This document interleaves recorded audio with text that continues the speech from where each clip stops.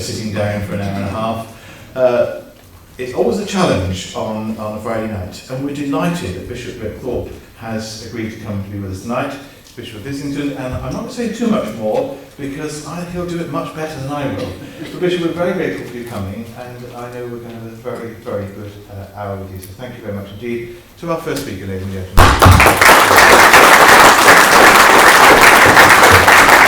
Thank you very much indeed. Well, it's great to be here, and it's a privilege to be here actually. So as we start, may I pray. Father, thank you so much for your church. Thank you, you love your church, your bride. Thank you, Lord, for just every person here and every deanery that we represent, every church that we represent. And we pray tonight and for the whole weekend, Lord, that you would challenge us and speak into our hearts and our minds and our experiences. Pray tonight that you would help us to begin to imagine what might be rather than just what is. And we pray that, Lord, you would just take us beyond where we are now to where you want us to be. In Jesus' name. Amen. Amen. So, it's great to be with you. I had a conversation with my son earlier who, the most important question to him was, have you got the cable that connects the computer to the TV so I can watch a DVD? And unfortunately that's the same cable I need for the computer to be connected to this, and he won. So we've got 3 children, a daughter and 2 sons, 18, 16 and 14. I'm married to Louis. We've been married for about 23 years. We've got a dog, Tasha, who's quite skittish at the moment because she just had a quite big haircut. And she's a Springer Spaniel and very, very lively indeed. I am really excited to be here, particularly because I'm getting to see more and more deaneries in my current role. So one of the roles that I have is to visit every deanery in London. We've got about 24 of them. And to try and get to see the chapters and the synods. I'm trying to get to see them once a year for the next 5 years to take them through a rolling programme of thinking about stepping out of where they're at into imagining new worshipping communities and growing churches. And I'd love to say a little bit about that tonight. I'm hoping that you're buckled up, that you are kind of braced with your hands held on the sides of your seat, that you're ready for some drag, as you're going through at hyper speed. It's not going to be too bad actually, but what I want to do is to slightly stretch our minds and to think actually what might be. It's one of the things I prayed, is moving from where we are through a zone of what might be, so that then we land with what are we going to do. And if we just go from where we are to what we want to do, we miss out on some imagining. And the imagining actually takes us to different places. And one of the privileges of my role is that I don't actually look after any churches. All the other bishops look after churches, and all the other bishops I think are quite jealous of my role, because my role is to start new churches, and as soon as they're started, they're on someone's patch, and I hand them over to the local bishop, and the local bishop has to then deal with all the problems that I've created. So it's a great role. And just my own experience is that I was brought up in a middle-of-the-road Anglican church on the south coast in a place called Gosport near Portsmouth, in the Portsmouth diocese. Thank you. And spent 18 years there. Then I kind of lost my way a bit when I went to university, kind of had the chance to step away, and I was invited to go back to church by a friend who, where I was given the opportunity to give my life back to Christ, and I did that willingly and excitedly. And that was at St John's Harborne in Birmingham, and very grateful to that church. Yeah, thank you. And I was then involved with a very lively Christian union, and spent a year with an evangelist called J. John, travelling around the country.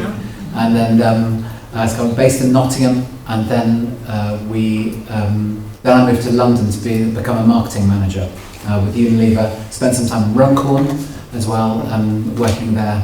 really thrown into the deep end. So it has really affected, particularly more recently, my whole view of training. Because my training started, the training courses that I went on started 3 months after I'd actually started marketing. And so there's some thinking to do there about, we do it differently in the church, where you get all your training up front, out of ministry, and then you get put into a ministry situation. So there's some marketing there. Then I joined Holy Trinity Brompton on the staff. I was invited to be the worship leader, and I could only play about 3 chords then, but I was very enthusiastic. And so I did that for about 3.5 years. I learnt a few more chords. Then I went to college, got ordained, and came back to Holy Trinity to be a curate there for another 9 years. Then was invited by the Bishop of London to go from West London to take a team to East London, to Tower Hamlets, to a place called Shadwell. And there was a church, St Paul's Shadwell, that was had just 12 people left in the church. It's very closely linked to another church 200 yards away called St Mary's, that had a few more people, to St George's, that was about 400 yards away, and another church, St Peter's, that was 500 yards away. And collectively there were about 100 people between these 4 churches. So they thought, we've got to close one of them in such a small area. And the Bishop of London, who doesn't like closing churches, just said, well, I wonder if we could do something creative. And he invited Sandy Miller at Holy Trinity to send a team. And so Louis and myself went with quite a large team, 100 people. 80 of them already lived in East London. They were commuting across town, but 20 of them were in our home group. And they all said, we'll go planting with you when you go. And I think they thought, we'll go to Guildford or Oxfordshire or somewhere like that. So we're going to Tower Hamlets. And they thought, okay, we're still coming. And they were amazing. And from there, we began to intentionally try to grow the church, begin to do mission in the area. And we had the privilege then of doing the same kind of thing to revitalise some other churches in Tower Hamlets. There were both an Anglo-Catholic church and a middle-of-the-road church, where we maintained those traditions but began to add other more contemporary services. And the third church that we were involved in, St Luke's, actually said, we've seen what you're doing, it's a liberal Catholic church, Christ Church, Isle of Dogs. Would you like to come and do something different in one of our daughter church? And so we sent another team there. These much smaller teams of 10 or 15 or 20 to each of those other churches. And they've brought those churches back to life. It's been really, really exciting to see that. Since then, the Bishop of London thought, okay, let's do a bit more of that, plus other stuff. And so he made me a bishop, and took a bit of time to go through the system. It was a revived see. So the last bishop, I'm the second Bishop of Islington. The first one was around in the 1880s. And he was responsible for starting all these new churches in North and East London when Victorian London was expanding. And apparently then you could get 25 people together, get their signatures, and they would appeal to the local bishop and say, can we have a new church? And they said yes. So it was as easy as that. And those churches started in a front room. There's no building. Started in the front room of the house. And when they'd outgrown that front room, they then found some kind of bit of land, and they put an iron hut on that land. And they met in the iron hut and took warm coats because there was no heating. And when the church grew, they then thought, okay, we're going to save up for a stone church or a brick church. And they knocked down the iron church and rebuilt it as a stone or brick church. And then when they outgrew that, they'd knock it down and build another church. And we see today the 4th generation of many churches in London. And one of the things I do in the deanery visits that I do, and I'll say a bit more about this later, I ask people to describe the origin of their church. Who started your church and why? Who started it and why? And what are the generations it's been through? So why don't you do that now? Turn to someone next to you and say, who started your church and why? Go for it. You've got 2 minutes.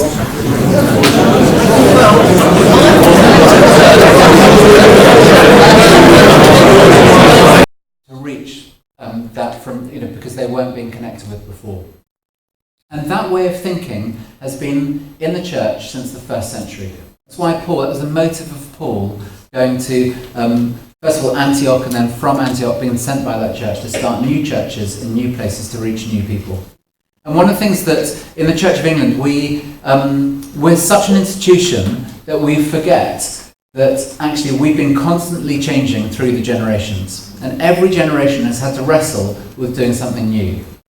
And so one of the things I do with Deaneries is to help explore that space, to say, yes, we're doing what we can at the moment, but there's so much more that we can do.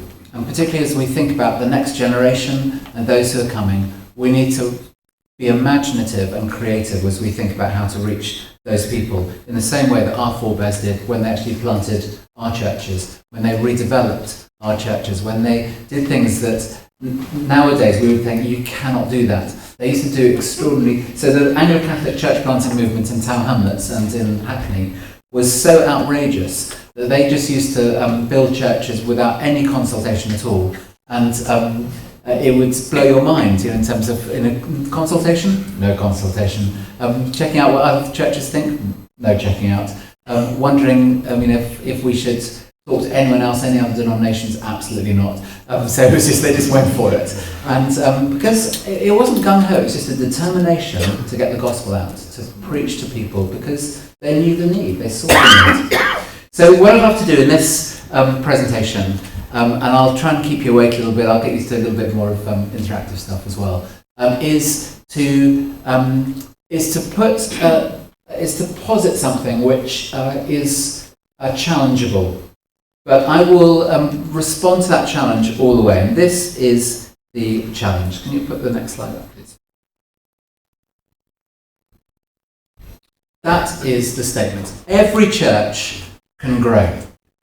Every church can grow, which means that every deanery can grow. So, we start with the call of Jesus. The vocation of Jesus was to go into the world and make disciples. That's what he calls each one of us to do. That is an expansive call. All the way through the scriptures, we have the command to go and multiply stuff. Genesis 1, go and multiply, be fruitful and multiply. So it's in our genes that we multiply. That's why we've got children. That's why you're here, because someone else thought we should multiply. But it's the same with churches. The parables of the growing kingdom, they're multiplication parables. This command from Jesus to go into the world and make disciples is a multiplication command, a statement of intent. So the call of Jesus is to go out and to grow stuff. There's also the need. So if you press twice now, that's it. We are responding to a need. At the moment, 8% of people go to church in England. 1.9% I think are Anglican. Now we can think, okay, we're a bit challenged by the decline, the stats that keep on coming through, and we can get despondent or just worry what's going on. You can focus on that, or you can focus on the need, which is the 92%. And actually, I'm saying this partly because that's all I spend my time with, the 92%. To think, actually, how do we reach them? How do we connect with them? Help the church to do that. So, if we respond to the need, we need to think, okay, why are they not coming to our churches? There's a lot we can do within our existing churches, and there really is. And we want to learn from those who are doing it. We want to challenge ourselves to the ones where we're struggling. And struggling is okay. We need to, face up, man up to, what is going on around us. Then we want to say, actually, how can we connect with those who aren't coming? Why are they not coming? Everyone is made in the image of God. They have, that God-shaped hole. Pascal's, comment about we're created with a God-shaped hole within us that can only be filled with Jesus Christ. So actually, how can we do that? Just beginning to be creative, and it's almost certainly going to be different to what we're doing. And that's difficult for us. But actually we need to respond to that need, the need of every person to know Jesus Christ as their Lord and Saviour. The third thing is that a church can grow as the result of an intention. Being intentional makes a difference. If you say, I'm going to grow my family, you're involved in a process of intentional activity in order to do that. If you don't do anything, nothing will happen. But if you do things, then children will be born. In exactly the same way, if you're intentional about growing your church, you start saying, actually, how are we going to do this? Let's make it happen. If you're not intentional, it's almost certainly not going to happen. There are lots of ways that can be done, and there are lots of people and places to learn from with that. But without intention, it's probably not going to happen. One of the things that is important is within that intention is to think about the culture of the environment. So there's an expectation of growth where we say actually we want to see growth, and we start preaching for it, we start praying for it, we want to create a kind of dissatisfaction with where we're at the moment, so that we're moved to do something about it. So intention is so important. The fourth thing is that we need to recognise that change is necessary. One of the things that I've started researching and investigating a lot now is what makes churches plateau. So there are various levels that churches get to, and they get stuck there. So in St Paul's, we just got stuck at particular levels, and we tried really hard. We stayed sometimes at a place for months or years because we looked at the numbers, it's still not happening. And we needed to learn from outside our church actually what we could do to break through that plateau. And here's a little bit of interesting stuff that's been researched. Churches that are around the 50 mark,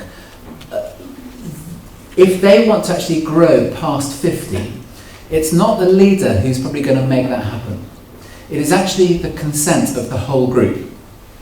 Because you can have one or two people who just say, I don't want this to happen, and any initiative of leadership or anything else will just stop that from happening. And we know that, don't we? There'll be some very strong-minded families, or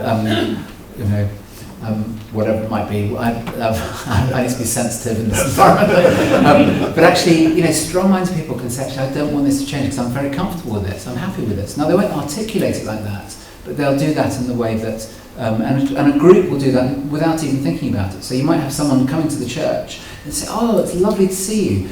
Where are you visiting from? So a church growth person won't ask that question. They'll say, oh, it's great to see you. Next week, we'd love to get you to come to be on the welcome team. It's just a different mentality. You're not a visitor, you're a member. You're going to stay. So it's just a mindset thing. When you get to the 100 mark, it's a different thing altogether. It's actually you need to operate, you need to lead in a different way. Because no longer can everyone rely on the leader of the church, the vicar. They can't have access to that person if the church grows beyond that. And people don't like that. It's natural. I won't have access to the vicar anymore. It's a little bit of resistance. At the 200 mark, it's a different thing altogether. It's actually the way you structure the organisation. And different things are required of the leadership at different stages. So, in order to grow, we need to be able to begin to think, actually, we might need to change. And change is always uncomfortable. The fifth thing I want to just draw attention to in this is that we need to make a plan. And actually, I've said here it's a plan for reproduction. We need to make a plan to multiply ourselves. For some, that might mean a bit like what happened in Shadwell, where it's revitalising what was there before. But reproduction can also be different services reaching different groups of people. Or it might be beginning to say, actually, at the other end of our parish, no one coming to our church from there. Let's do something new over there, perhaps in a school or on an estate or something like that. So it's just beginning to say, actually, how can we reproduce what's going on here somewhere else? And that might be done differently or might be done exactly the same. But it's no surprise that in supermarkets, if you want more customers, you put more checkouts in. It's the same with church. If we put more churches in, we will get more people. It's not rocket science. But we need to make a plan for that, because that either costs money or it involves more leaders, more people, different ways of doing things. But when people make that plan, it's amazing what happens. Every church can grow. Every church really can grow. But with some of these things, I think this is the beginnings of being able to shake things up and think, okay, how might we do that? In London, we are, and I recognise, London's London, and there are lots of places that aren't London, so that's fine. In London, so I'll just speak from my experience, and please pick up anything that you think might be relevant for you. If none of it's relevant, no problem at all. So, One of the things that I was given as a role before I became a bishop was to set a target for the number of church plants that we could do. So they'd recognised that there was some church planting activity that had happened in London over the years. And they said, actually, let's do some more of that. Let's be intentional about that. So they have something called Capital Vision, which was set in 2013 leading up to 2020. So Capital Vision 2020 is the overall vision of the diocese for there are 10 specific goals that they're trying to go for: to be more confident in the gospel, to be more compassionate with the love of God, and to be more creative in the power of the Spirit.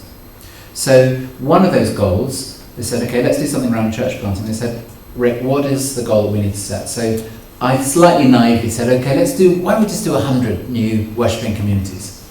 And I didn't really think about how it was going to be done, and I thought, well, I can always move if, you know. Everyone said, yeah, 100, okay, you're going to deliver that.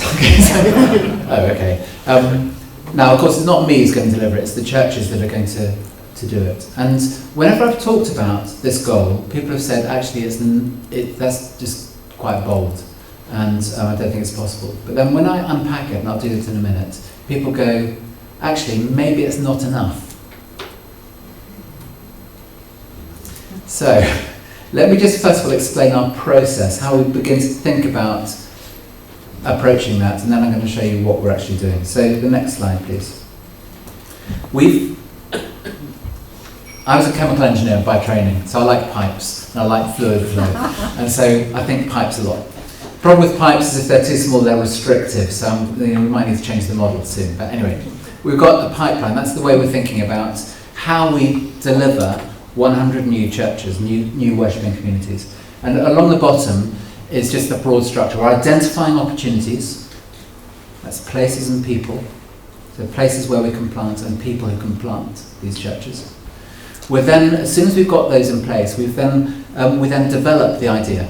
We develop the concept till it actually comes out of the pipe and we plant it. And then in the planting, there are various things we do. So I just want to unpack very briefly what we're doing in this. So in identifying what we're doing, identifying the opportunities, there's a kind of top-down and a bottom-up way we do this. Top-down, we work with area deans and archdeacons and bishops to say, you know what's coming up strategically, where there are vacancies and that kind of thing. So you can, any things that you think are possible, we'd love to know about it.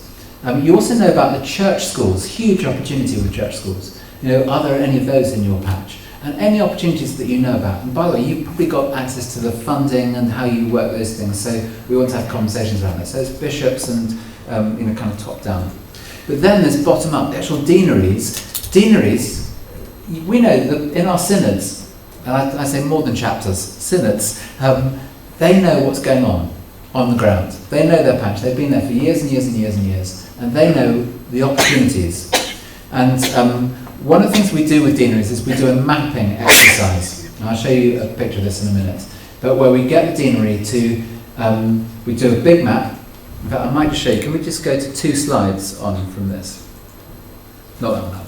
Okay, so we get people, we get a 3x3 metre piece of paper. It's photographic backdrop paper. And we draw the outline of the main features of the deanery. No boundaries.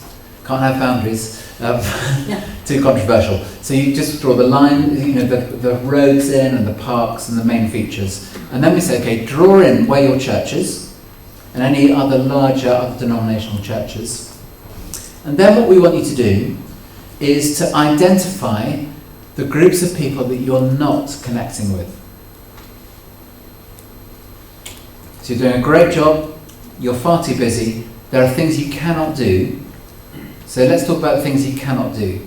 Who are the people, the places that we're not connecting with, particularly those where other churches aren't connecting with us as well. And we get them to do scribble all over that large piece of paper. It's great fun. It's the most uniting thing I've ever seen, because you get people who normally don't talk to each other arguing over which side of the road a particular place is on.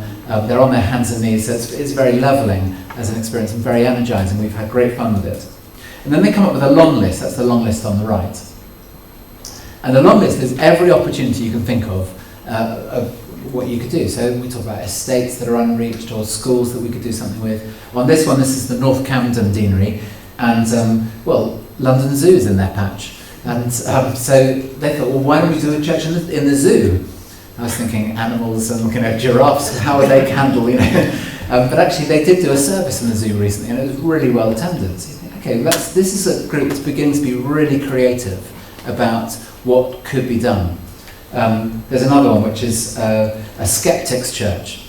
And so there's people beginning to say, what could be done, what might be? And as soon as you've got what might be as a question, we then take a short list out of that long list. And the short list is very simply 4 or 5 or 6 genuine possibilities that we think, actually, over the next 4 or 5 years, we could do this.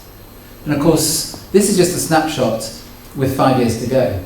If we do this again and again and again, that short list is going to keep on growing because they've seen some of the possibilities and we've worked out how to do it. And that's why 24 deaneries, 4 or 5 per deanery, actually you've covered it easily. So that's what we do with deaneries. So back to the pipeline. No. So you've got bishops, deaneries, sending churches. These are churches that, for us in London, I've approached any church over 200, but actually any church. How many people does it take to be in a church? 2 or 3. Thank you. 2 or 3. So that's the size of a church. So if you've got 4, you can church plant. We often think, you've got to be like HGB to church plant. No, that wasn't enough for the New Testament. They just planted churches. I think it's interesting, in the Church of Ephesus, on Paul's 3rd missionary journey, he spends 3 years in Ephesus. He never leaves the city. And yet, more churches are planted during that 3-year time than any other mission journey that he did. What was he doing? He was raising up church planters, sending them out, who went to the other cities, all the ones mentioned in Revelation 2 and 3, the letters to the 7 churches, they're all planted during this time. And then they planted into the towns and into the villages. Over a 3-year period, Luke was able to say in Acts 19 verse 10, all Asia, that's the kind of western half of Turkey, all Asia has heard the gospel, both Jews and Greeks. They've saturated the whole area in just 3 years through church planting. So it doesn't need churches of 1,000 or even churches of 200 to do church planting. Any of us can do it. It takes that intention. So we gathered some churches together and said, look, you should be planting, you should be sending congregations. And there were about 30 that we gathered. And there was such an enthusiasm amongst those people to say, actually, we would love to do this, but we just don't know how. And that's the beginning. We'd love to do it, but we don't know how. And they've got learning hats on now, and we're just beginning to initiate some of those things. Exciting. And of course, the colleges. So we identify places and people through these things. And they're like inputs into the pipe. Once we've got those ideas, we then assess them, do kind of consultancy with them. That's most of what I spend my time doing. Then we assign a coach, someone who's got an hour a month to give them a phone call, someone who's either done it before or someone who knows a little bit about what they might do. And it's just asking questions. Then we train them on a church planting training course. We do that on Thursdays, 3 times a year. And then we fund them. The Strategic Development Fund from the Church Commissioners is brilliant. If you do this kind of thing, they'll almost certainly give you money, so that's good. We've used some of that money and some of the diocesan money to fund pump prime these church plants. And once they're ready to go, they plant. And day 1 of a church plant is the plant. Day 2 is church growth. That's what we're all into. So we help them to grow. And they're very intentional about what they want to, so they're active learners in that. We then promote those churches, so we give them a press pack and help them to promote themselves. But also we want them to promote themselves in the diocese, so that other churches think, oh, we could do that as well, and promote them to the bishops so that they go, do you know, I think we could do this. And to deaneries going, when are we up next? We'd like to do this. And to colleges who start going, actually, we want to get people planting churches and sending churches saying, me, I want to go next. So that's why we promote them. And we're very enthusiastic about it. And then we want to learn, because every single church plant I've experienced is different. And we want them to learn from others, and we want to learn from them, so that we can adjust our training, so that we can help deaneries to know what's possible, and so on and so on. So that's our process. Then we say, okay, if that's the process, what do we actually do? So 100 churches, are they all the same? No, they're not. They look like this. So there's a few more models than this, but the next picture is, how do you get to 100? lots of different ways. So top left is about building new churches when there's new building areas. You know, the interesting thing about when a new area is built, you know, new housing development, there is absolutely no community in that place. So if you just build a church and you expect people to come, they won't come. So our experience of this was some London City missioners worked with us in Tottenham Hale. They didn't start a church, they built community. There was no community, so they said, we're going to start some community activities and invite people in. And those new people, they did have networks outside, but they started to get to know each other through these Christians. And there was one moment about 15 months in where one of the people said to Martina, this is my church. It wasn't a Christian, no church services. She said to Martina, who's one of the missioners, this is my church. And they knew, they're kind of London City Mission trained, that was the point where they could start doing something. So they brought it above the surface. And they said, why are you saying that? It's because, well, I know you're Christians, and every time I come, I feel like this is where I'm connecting with God. Fantastic. So building community first, then you're in a space where you can actually start worshipping services. Now, these new builds, you need to work with the developer years in advance. So we've got a plan to work with, we're doing that with actually about 10 projects at the moment. Then it's reopening closed churches, that one with the door closed. So St Albans Acton Green, that was just about to be sold, and the whole community wrote letters saying, please don't sell it, please don't sell it. But actually the diocese was committed to selling it. It was part of their budget and everything. And actually there was some little clause that at the last minute, some lawyer spotted saying you can't sell it. And so they said, okay, residents, you've got it. And the local church to them said, we'll take it, we'll plant a congregation there. And at the moment, there's a tent inside the church because they're still developing the inside. It's a little bit dangerous, so, you know, just so the masonry is not falling on their heads. There's a tent inside the church, and there are 60 people worshipping there, sent from another local church where they had strength. And it's so exciting. The whole community is excited because they were involved in keeping, you know, trying to reopen it. They have a, vested interest in getting connected with that church and finding out more. So then the bottom left is the graft model. That's what we did at Shadwell. A large group of people joining a smaller group of people and bringing it back to life. Then bottom right, schools, that's kind of supposed to be a mortarboard. Schools is the great opportunity in the Church of England. Manchester Diocese have kind of been forging ahead with this. But basically, secondary school of 1,000 pupils, 12,000 relationships. Parents, siblings, grandparents, community people. 12,000 people orientated around one building. Sounds quite like a parish. I wonder if we could think about a school as a parish. If you're church planting minded, you start thinking like this. Well, let's not start a church straight away. Let's start mature church ministries with the school, like debt advice, like parenting classes, like things which actually takes time to build up. Let's lead with those things. And then when people say, why are you doing this? Because we love you. We love you with the love of Christ. We'd love you to taste some of that as well. And they say, we'd love to. And so you start from Alpha or Christianity to explore, whatever. And then a church community begins to emerge. That's happening in some places. We want to push ahead with it. There's one church in North London where there's a chaplain, and actually they think that it might be good to start a youth church led by the teenagers of the school, and developing their own leadership pipeline so that they're handing it off to people who are in the lower sixth, handing it off to the fifth form. And, so that there's a perpetual growing thing. It's overseen by a chaplain who's ordained, but actually it's run by youth. Fantastic. Estates, one with the 15. So council estates, especially the ones since the 60s, they were terribly designed because they were kind of very bad access points, and often they're away from the church. So that when they were built, we had some members who came from those estates to church, but second generation, they kind of lost touch. Third generation, actually, some of them are largely untouched by the church. Rather than expecting them to come to us, we need to go to them. So we need to plant into their spaces. Top picture is with the circle kind of going around, starting new congregations for new groups of people. So there's a guy called Sergei Diduk. He is a Ukrainian who started a church. Well, he was the vicar of a church in West London. And it's a great guy, normal parish church. And because he's Ukrainian, he thought, oh, I'll go and see if there are any Ukrainians around. And he met some in a Eastern European restaurant. And he thought, I wonder if we started a service for Ukrainians, they might come. So he advertised in the local press, got some postcards and sent them to a couple of people he knew. And he said, okay, this is the day that church service is going to be. And he put it after his existing morning service. First week, he was standing there, no one came.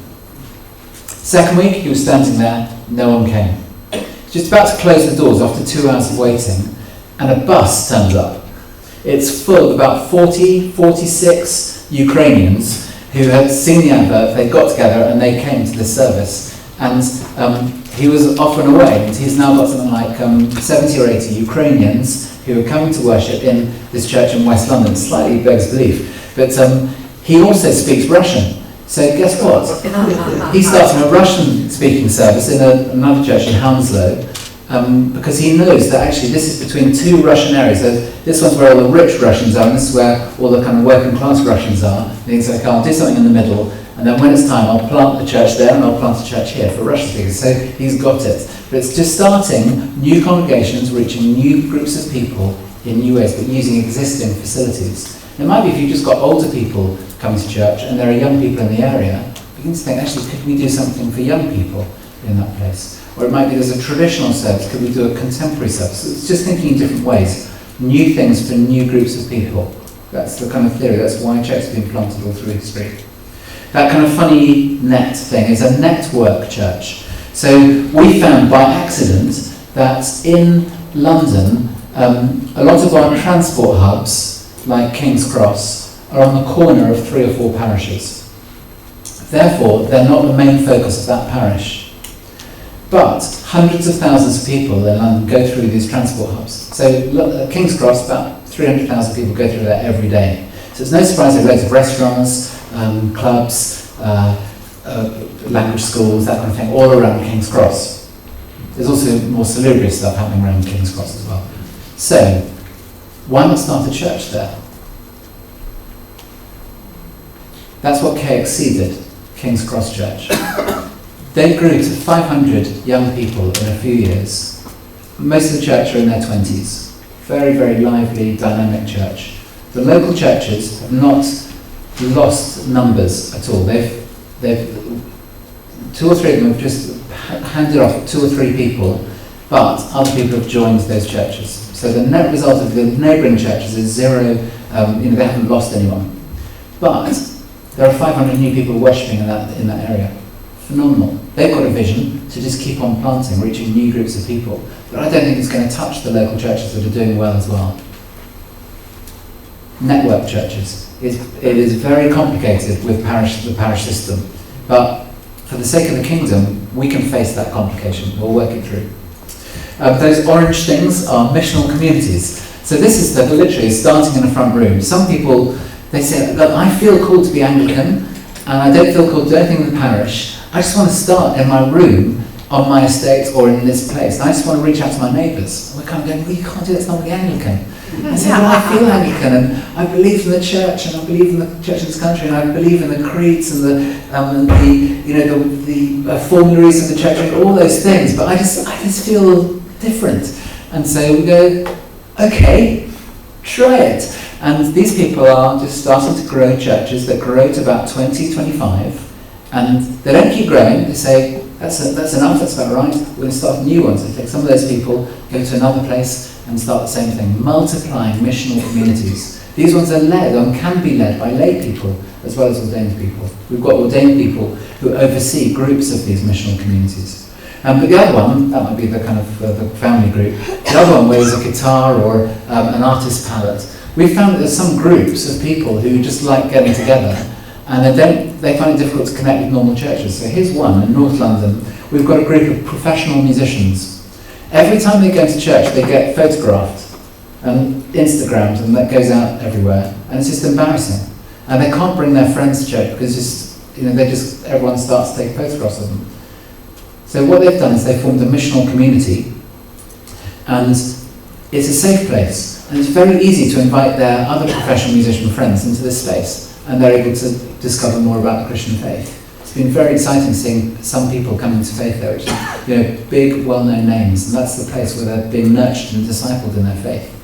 There's a place called Shoreditch in East London, where in a quarter of a mile, 40,000 people turn up on a Friday night and a Saturday night. They're going to clubbing stuff and restaurants and so on. 40,000 in a quarter of a mile.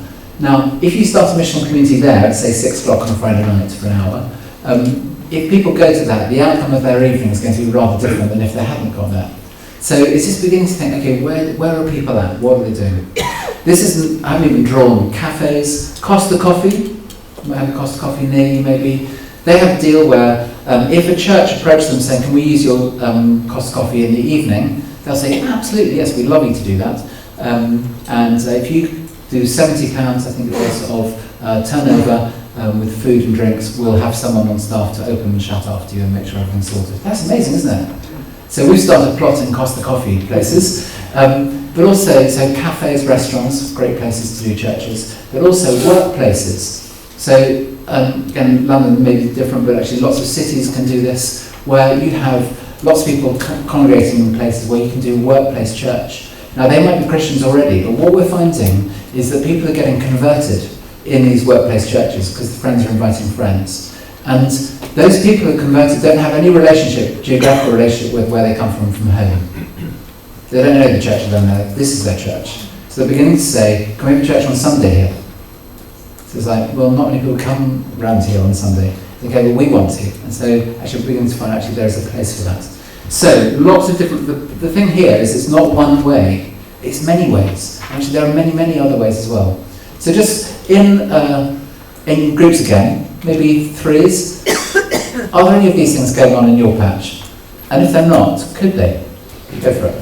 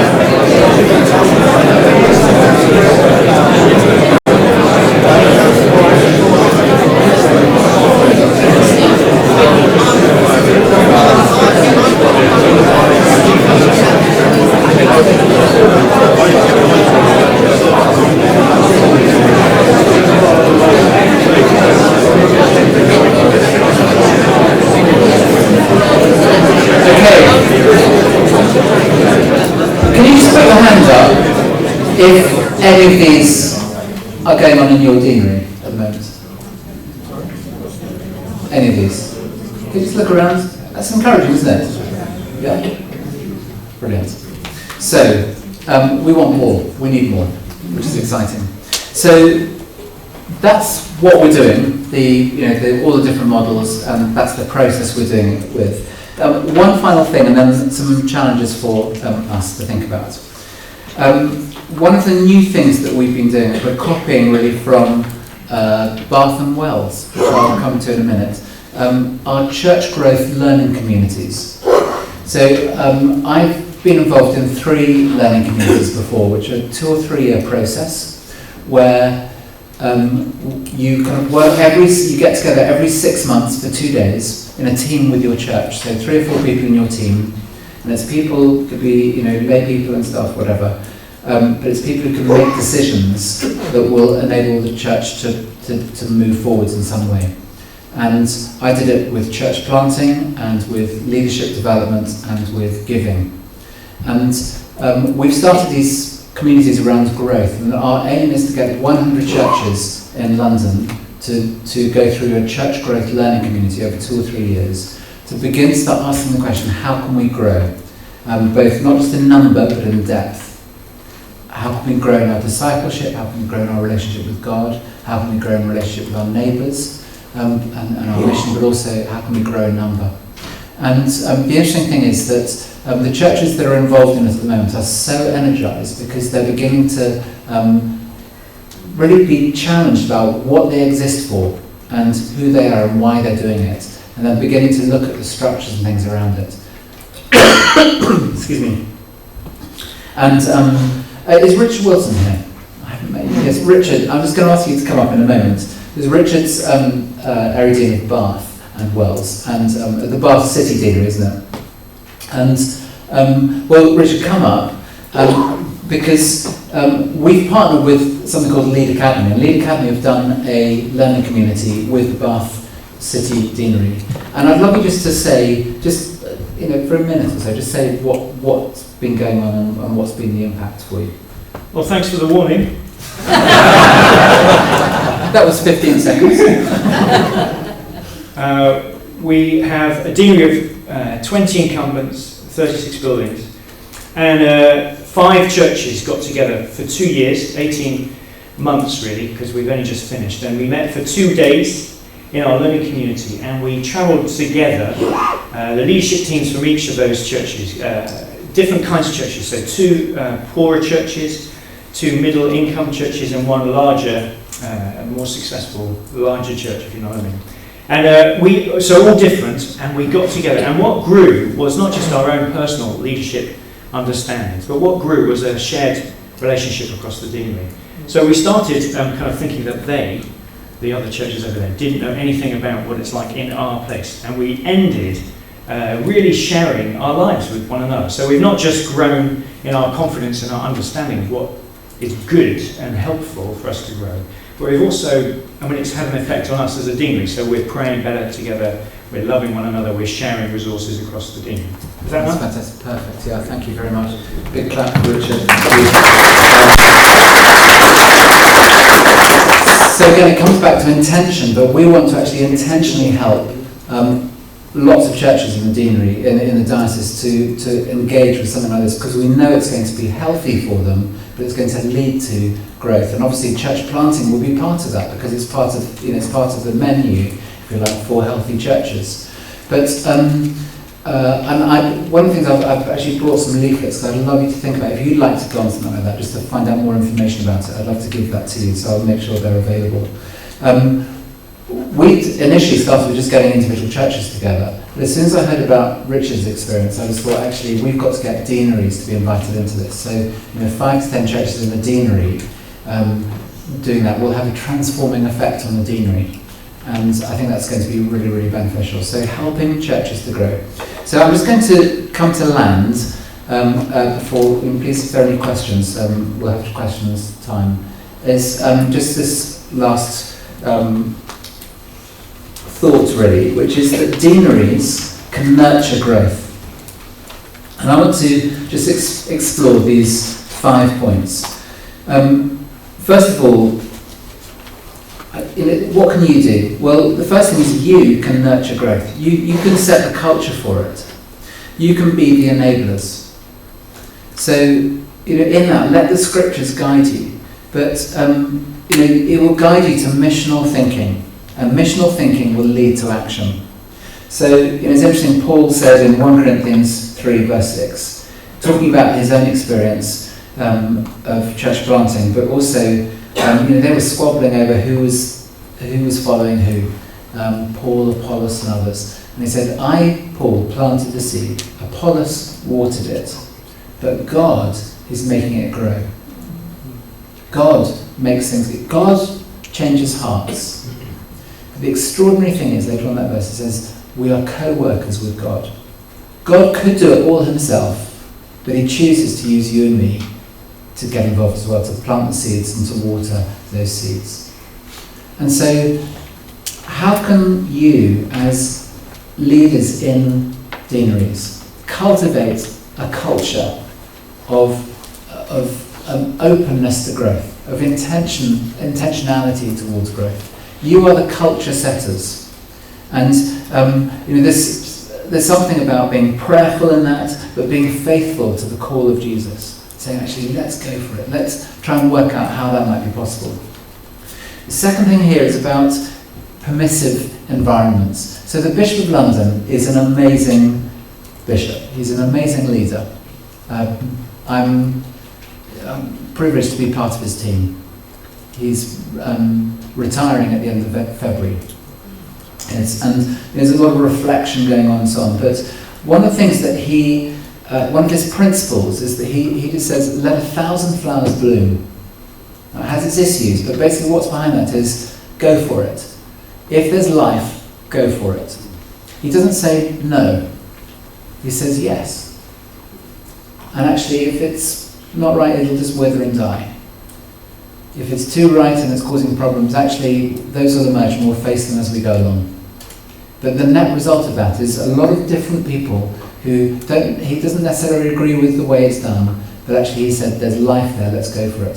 So I go on holiday with HTB, and he comes once a year, and the Bishop of London comes once a year. And once he was being interviewed, and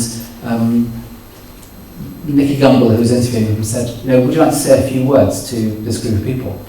And he said, yeah, I'd like to. And he said, he's got a deep voice, and he said, as you know, I don't really go in for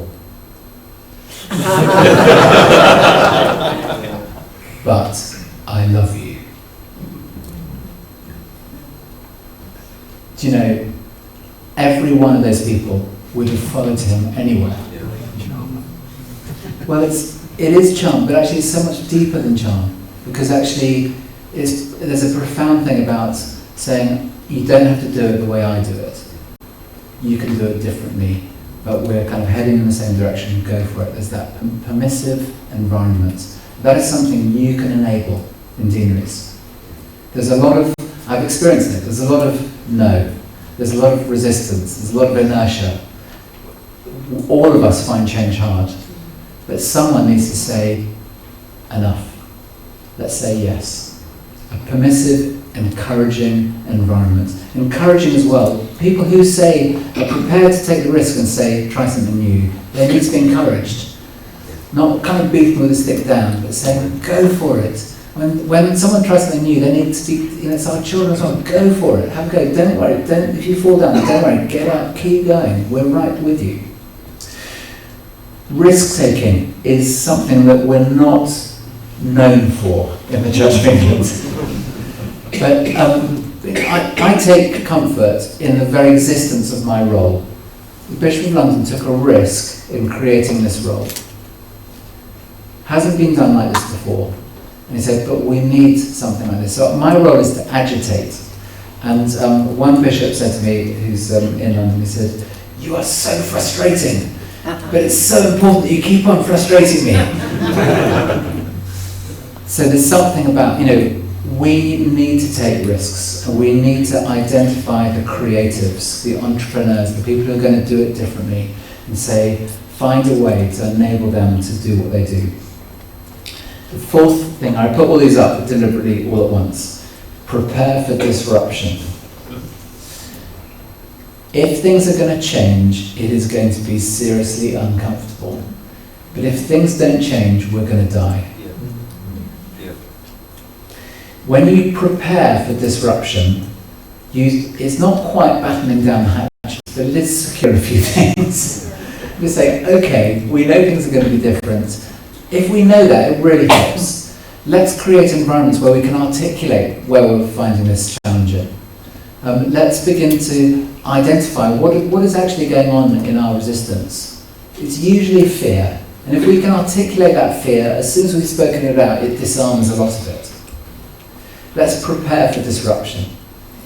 But the fifth thing is godly intention. Because this is about saying, God, I think you might be into something like this. It might not look what it's looking like where we are in London. Actually, a lot of people in London say we don't want it to look like that as well. But there's something of God stirring in the church at the moment, which is kind of a faithful disruption, an encouragement to step out, an encouragement to doing something more and new. And there's something like there's a wind in our sails that say, actually, we think God's in this. And so if you combine that, there's that recognition that God's doing something new, and you say, we're going to do something about it. We're going to set a new sail. We're going to trim those sails so they catch the wind even better. we're going to not set the rudder against things, but actually go with where God is taking us. That godly intent will make a massive, massive difference. And you know, if we respond to these kind of things, you are going to have the ride of your life. Thank you very much.